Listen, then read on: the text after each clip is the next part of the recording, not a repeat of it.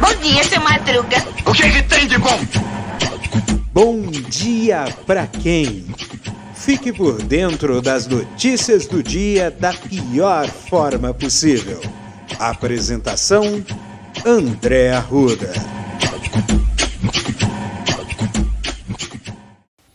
E aí, meu polvo? E aí, minha pólvora? Sou eu, André Arruda, e esse é mais um Bom Dia Pra Quem, né? Nossa, tem tanta coisa pra falar aqui, gente.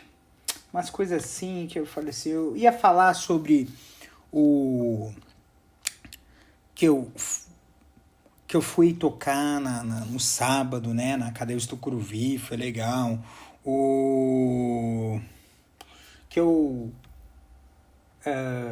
Que teve o discurso do Lula lá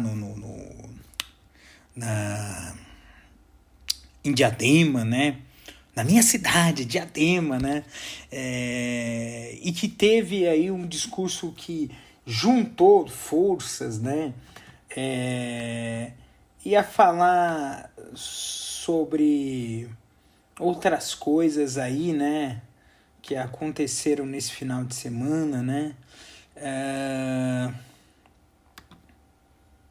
Só que não dá porque aconteceu... Eu ia falar também sobre a corrida de Fórmula 1, que foi uma puta de uma corrida da hora, né? A corrida que foi a vitória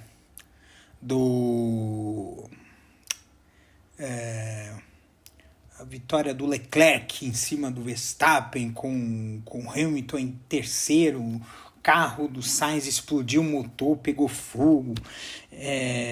A vitória do Corinthians, né? Poderia falar da vitória do Corinthians, poderia falar do empate entre Palmeiras e Fortaleza, que acabou a luz, né? Poderia falar de tudo isso, né?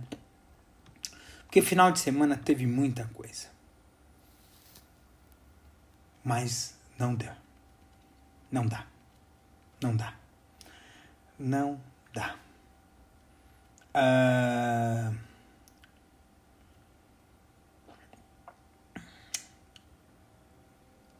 O que aconteceu de ontem para hoje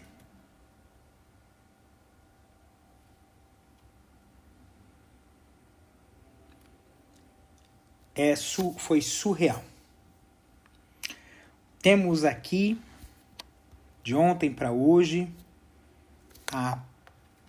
o primeiro caso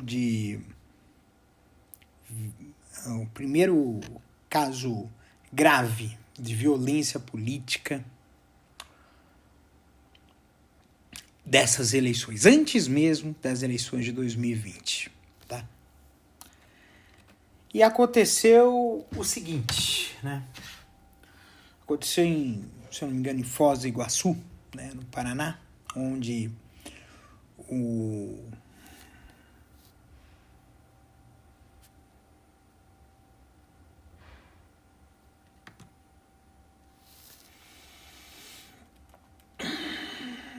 Marcelo Aloysio de Arruda,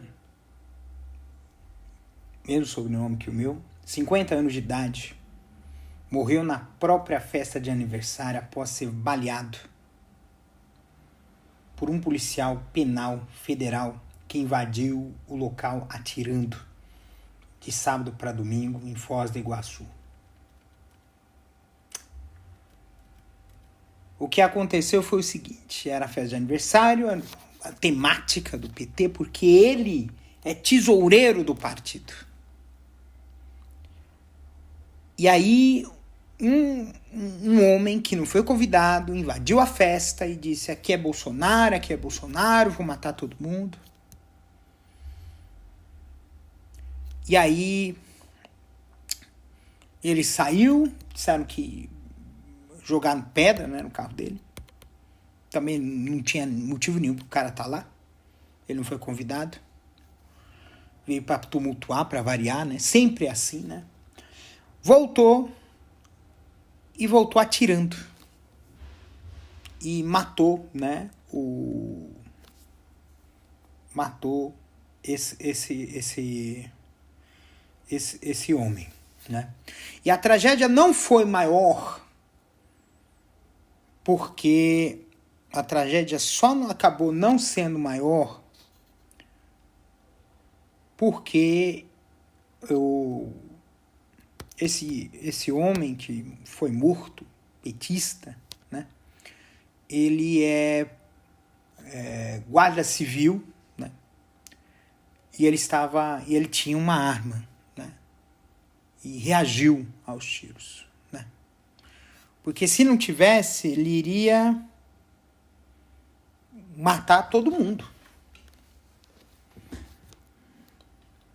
Com certeza.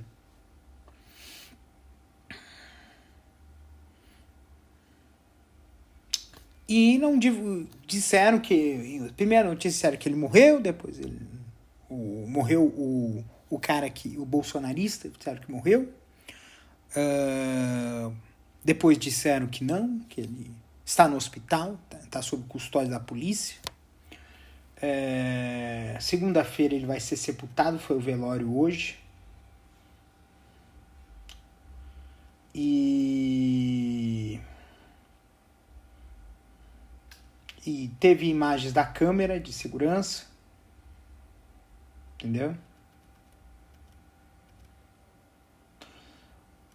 Foi complicado. Essa questão de violência política é complicado demais.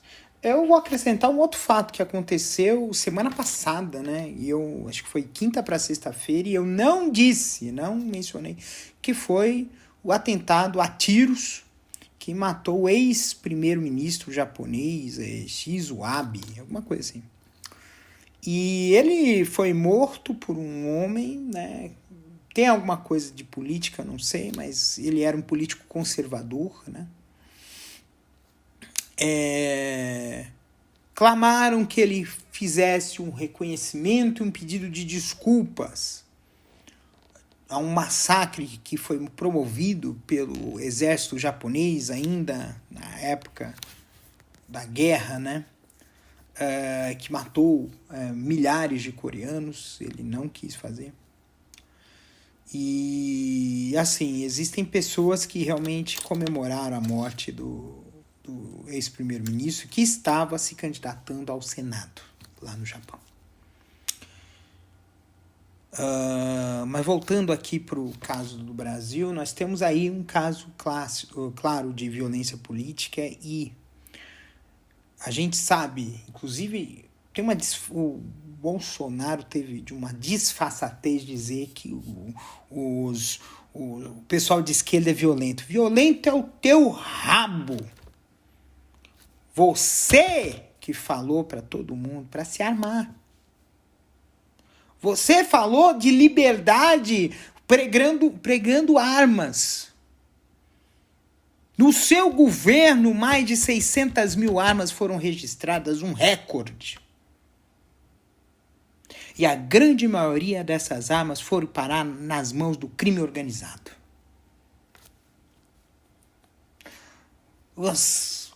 As medidas de controle de arma foram flexibilizadas. Por isso que hoje, mais do que nunca, essa eleição não é uma escolha difícil. É a escolha daqueles que querem viver, querem ter o direito de viver, e aqueles que querem ter o direito de matar. De que lado você está? De que lado você está? Se você quer ter o direito de matar, me desculpa. Aqui não é seu lugar. Porque isso é barbárie. Isso é fascismo. E eu digo mais, a imprensa desse país, televisões e rádios, sempre tiveram um caráter governista e trataram a questão Bolsonaro com eufemismo. Olha aí.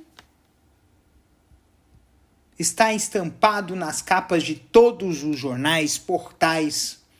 A imprensa internacional está repercutindo.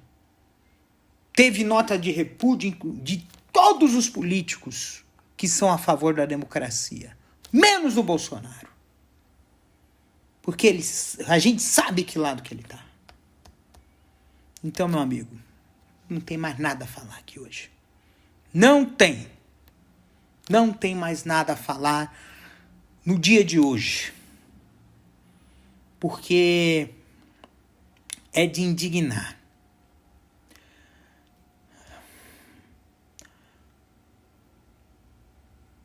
Quando confirmou, isso me faz lembrar quando foi a eleição, quando foi o segundo turno da eleição de 2018.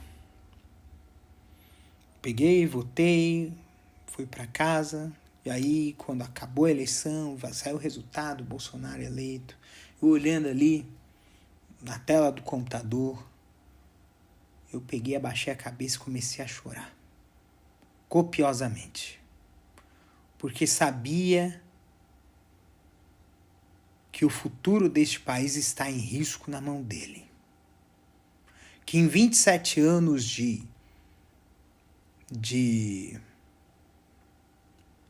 mandato como deputado federal,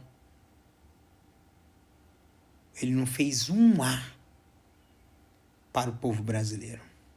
Sempre causou polêmicas, sempre foi baixo clero, sempre foi uma pessoa nanica, sempre foi protofascista, tanto que muitos grupos neonazistas ainda até hoje têm ele como exemplo.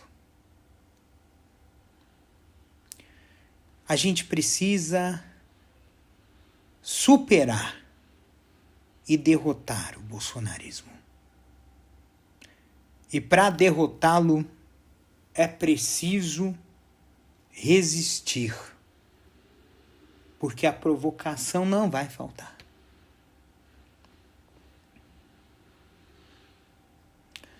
A gente precisa resistir. Hoje eu vou falar sobre a questão da resistência. Porque às vezes a gente precisa, é claro que tem certo limite, não é possível você ser infinitamente ou prolongadamente resistente, resistir de forma muito prolongada. Você precisa ter uma solução. Mas para certos momentos a gente precisa resistir. A gente não pode abdicar do nosso poder, da nossa capacidade, do nosso ideal. Direito não se negocia, jamais. Direito é direito. E resistir contra os ataques, contra a destruição dos direitos dos LGBTQIA+, dos direitos dos pretos e pardos, dos direitos dos indígenas, dos direitos da natureza, da selva, dos recursos naturais, do direito dos pobres, do direito de quem pensa diferente, do direito que tem uma religião diferente.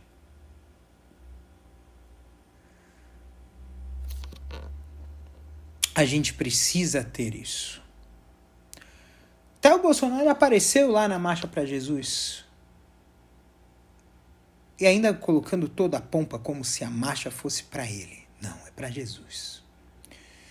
E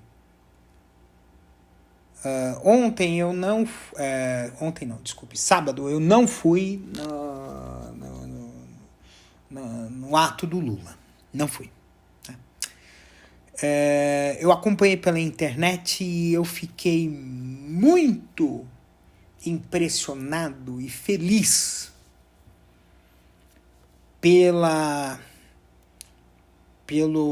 discurso do Randolph Rodrigues. Randolph Rodrigues visitou Diadema Olha que lindo, gente. O Randolph, o Haddad, o Boulos, o Juliano, presidente do PSOL. Eu até vou perguntar aqui pro professor Betinho, que é presidente do PSOL de Diadema, se ele conseguiu falar com o Juliano, né, presidente nacional do partido, né?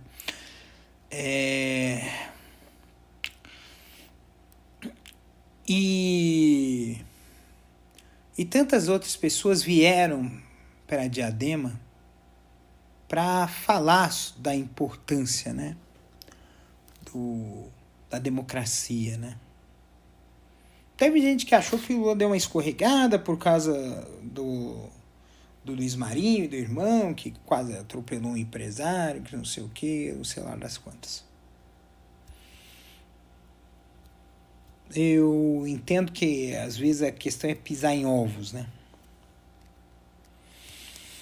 E tem que tomar muito cuidado porque o pessoal municia de informações. E agora eu acho estranho, né? O pessoal de alguns portais que se dizem tão progressistas e de mídia alternativa atacar, mas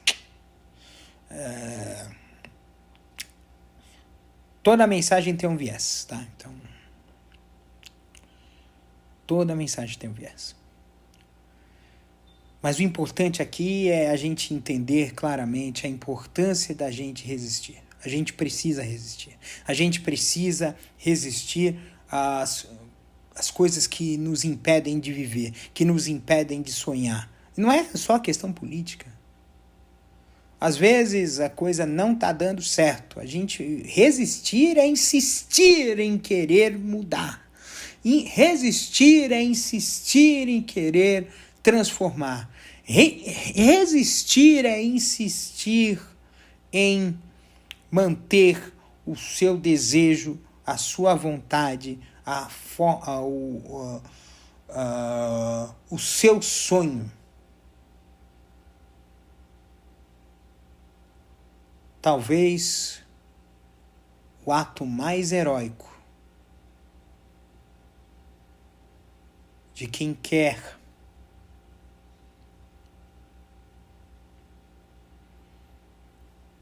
vencer é resistir. E aí,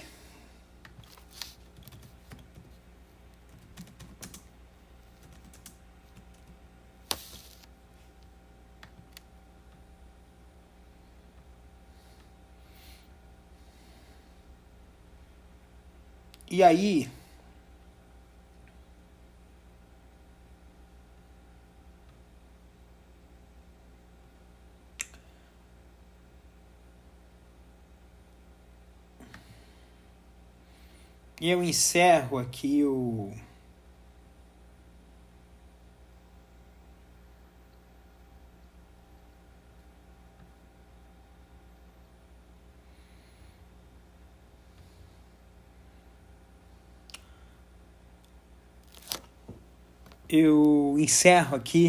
esse episódio. É um versículo bíblico. Você vai citar, nossa, você é do candomblé e você vai citar um versículo bíblico? Sim, vou citar. Porque ele foi dito por Randolph Rodrigues no discurso de Diadema no sábado.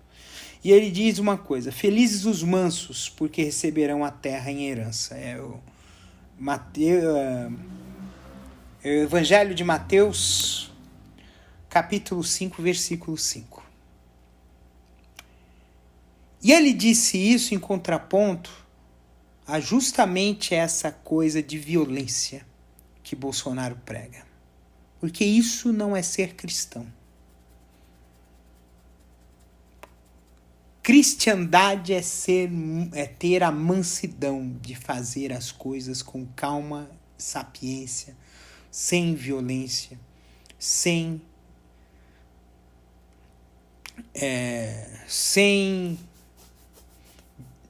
atacar o direito do outro.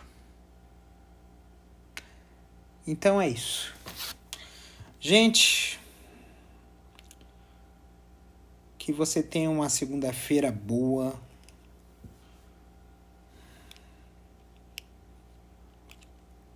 que a gente consiga resistir a toda essa tormenta, porque a vitória vai vir. E eu tenho certeza que essa vitória vai vir, porque aqueles que fazem o mal não haverão de vingar. Um bom dia para você, se cuida. E até amanhã, terça-feira. Essa é a última semana, hein? Depois eu entro em recesso e volto só em agosto. Um beijo.